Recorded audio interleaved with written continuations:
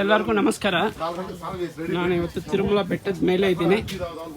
ಬೆಟ್ಟದ ಮೇಲೆ ಹಲವಾರು ಪ್ರದೇಶಗಳು ನೋಡಬಹುದು. ಪಾಪನಾಶಕ್ಕೆ ಹೋಗ್ತಾ ಅಲ್ಲಿ ಆಂಜನೇಯ ಸ್ವಾಮಿ ದೇವಸ್ಥಾನ ಒಂದಿದೆ, ಹನುಮಾನ್ ದೇವಸ್ಥಾನ ಅಂತ. ಆ ಹನುಮಾನ್ ದೇವಸ್ಥಾನದಲ್ಲಿ ಹನುಮಾನ್ ಮಾಲ ಅಂದರೆ ಅದನ್ನು ಬೇರೆ ಟೈಪ್ ಕರೀತಾರೆ. ಆ ಮಾಲ ಹಾಕಿದರೆ ನೀವು ಅನ್ಕೊಂಡಿರತಕ್ಕಂಥ ಎಲ್ಲ ಕೆಲಸಗಳು ಆಗ್ತಾವ ಅನ್ನೋದು ಭಕ್ತಾದಿಗಳ ನಂಬಿಕೆ. ನೋಡ್ರಿ, ವೆಂಕಟರಮಣ ಸ್ವಾಮಿಗೆ ಬಂದಿರತಕ್ಕಂಥ ದರ್ಶನ ಪಡೆದವರು ಎಲ್ಲರೂ ಮೇಲ್ಗಡೆ ಓಡಾಡ್ತಾ ಈ ದೇವಸ್ಥಾನಕ್ಕೆ ಬರ್ತಾರೆ. ಈ ದೇವಸ್ಥಾನ ಹೆಸರು ಹೇಳ್ತೀನಿ. ನಮ್ಮ ಯಾವ ದೇವಸ್ಥಾನ? ಆಂಜನೇಯ ಸ್ವಾಮಿ. దాన్ని ఏమంటారు? ಜಪಾಲಿ ದೇವಸ್ಥಾನ ಅಂದರೆ ಜಪಾಲಿ ಅಂತಂದರೆ ಇಲ್ಲಿ ಆಂಜನೇಯ ಸ್ವಾಮಿ ಇಲ್ಲಿ ಹುಟ್ಟಿರೋದು ಅಂತ ಹೇಳ್ತಾರೆ. ಬಟ್ ನಾವು ಭಾವಿಸಿರೋದು ಕೊಪ್ಪಳದಲ್ಲಿ ಹುಟ್ಟವ್ರು. ನಮ್ಮ ಕೊಪ್ಪಳದ ಹತ್ರ ಗಂಗಾವತಿ ಹತ್ರ ಐತಲ್ಲ, ಅಲ್ಲಿ ಹುಟ್ಟವ್ರು ಅಂತ ಹೇಳ್ತೀವಿ. ಇಲ್ಲಿ ಈ ಕಡೆ ಜನ ಎಲ್ಲ ಆಂಜನೇಯ ಸ್ವಾಮಿ ಹುಟ್ಟಿರೋ ಜಾಗ ಇದು ಅಂತ ಜಪಾಲದಲ್ಲಿ ಆಂಜನೇಯ ಸ್ವಾಮಿ ಹುಟ್ಟಿರೋದ್ರಿಂದ ತಿರುಪತಿಗೆ ಬರೋ ಎಲ್ಲ ಭಕ್ತಾದಿಗಳು ಬರ್ತಾರೆ. ಇವರೆಲ್ಲ ಬಂದು ಜಪಾಲಿ ಹನುಮಾನ್ ದೇವಸ್ಥಾನದಲ್ಲಿ ದರ್ಶನ ಪಡಿತಾರೆ. ನಾನು ಆ ದೇವಸ್ಥಾನವನ್ನು ನಿಮ್ಗೆ ತೋರಿಸ್ಬೇಕು ಅನ್ನೋ ಉದ್ದೇಶಕ್ಕೆ ಅಲ್ಲಿಗೆ ನಡ್ಕೊಂಡು ಹೋಗ್ತಾ ಇದ್ದೀನಿ.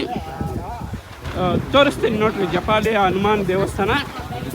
ಈ ಹನುಮಾನ್ ದೇವಸ್ಥಾನದಲ್ಲಿ ಮಾಲೆ ಹಾಕಿದ್ರೆ, ಜಪಾಲಿ ಮಾಲೆ ಹಾಕ್ತಾರಂತೆ. ಅದು ಹಾಕ್ತಾದ್ರೆ ನೀವು ಅಂದ್ಕೊಂಡಿರೋ ಕೆಲಸವು ಎಲ್ಲವೂ ಆಗುತ್ತೆ ಅನ್ನೋದು ಇಲ್ಲಿನ ಭಕ್ತಾದಿಗಳ ನಂಬಿಕೆ. ದೇವಸ್ಥಾನಕ್ಕೆ ಹೋಗ್ತಾ ಕೆಲವ್ರನ್ನ ಕಲ್ಲು ಮೇಲೆ ಕಲ್ಲುಗಳಿಕ್ಕಿರೋದು ಏನಕ್ಕೆ ಅಂತಂದರೆ, ಅವ್ರು ಹರಕೆ ತೀರೋದ್ರಿಂದ ಹರಕೆ ತೀರಿಸ್ಕೊಂಡಿರೋರು ಈ ಥರ ಒಂದು ಕಲ್ಲು ಮೇಲೆ ಒಂದು ಕಲ್ಲಿಕ್ಕಿ ಹರಕೆ ತೀರಿಸ್ಕೊಂಡಿರ್ತಾರೆ.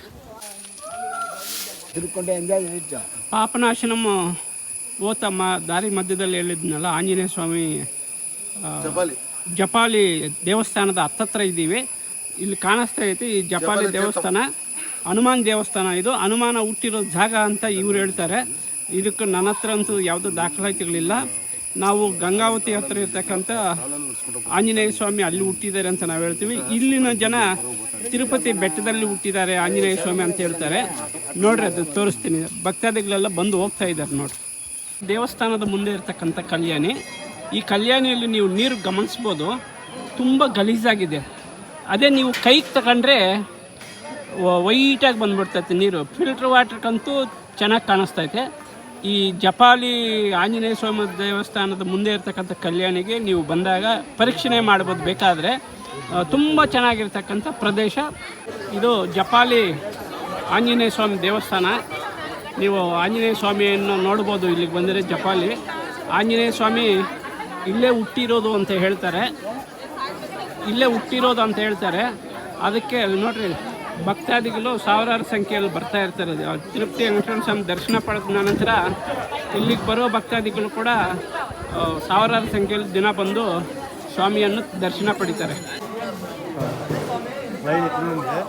ದೇವಸ್ಥಾನದ ಸುತ್ತು ನಮಸ್ಕಾರಗಳು ಹಾಕಿ ಕ್ಯೂ ಲೈನ್ ಮುಖಾಂತರ, ಇದಕ್ಕೂ ಕೂಡ ಕ್ಯೂ ಲೈನ್ ಇದೆ ನೋಡ್ರಿ. ಕ್ಯೂ ಲೈನಿಗೆ ಬರ್ತಾ ಇದ್ದಾರೆ. ಕ್ಯೂ ಲೈನಿಗೆ ಬರೋರು ಕೂಡ ಈ ಥರ ಬರಬೇಕು. ಎಲ್ಲರಿಗೂ ನಮಸ್ಕಾರ. ನಾವು ಇವತ್ತು ತಿರುಪತಿ ಬೆಟ್ಟದ ಮೇಲೆ ಇದ್ದೀವಿ. ಇಲ್ಲಿ ಆಂಜನೇಯ ಸ್ವಾಮಿ ದೇವಸ್ಥಾನ.